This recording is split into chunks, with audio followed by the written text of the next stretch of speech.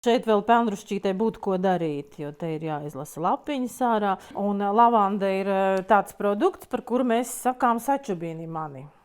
Jo viņi smaržo tad, kad viņi čubina.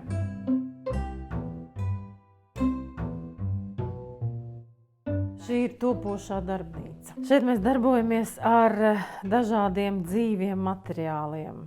Izgudrojam produktus, izgudrojam tehnoloģiju, kā viņus taisīt.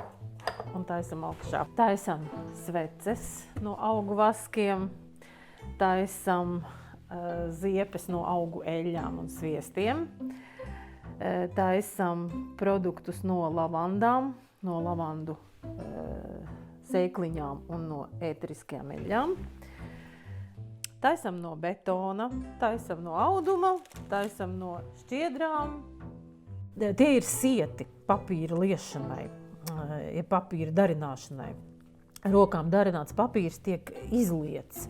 Papīra masa tiek sagatavota no izēvielām, kas satur celulozi.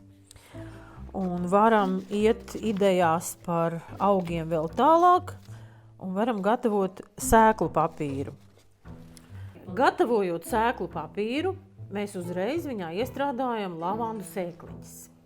Papīrs ir gatavs, un tad izvēlamies metodu, kādā veidā mēs šīm sēklām nodrošinām nepieciešamo augstuma periodu. Vai nu to papīru tāds, kāds viņš ir, noturam leduskapī minimāli 1 mēnesi. Tad plus 5 grādi viņai būtu vajadzīgs. Vai arī iestādam viņu jau tajā zemītē un ar visu podiņu ieliekam tajā leduskapī.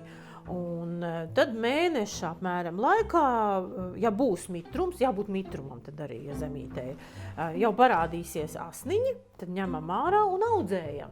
Tur ir tā, ka vismaz mani produkti visi ir tādi, ka viņi prasa ļoti daudz ilgu roku darbu.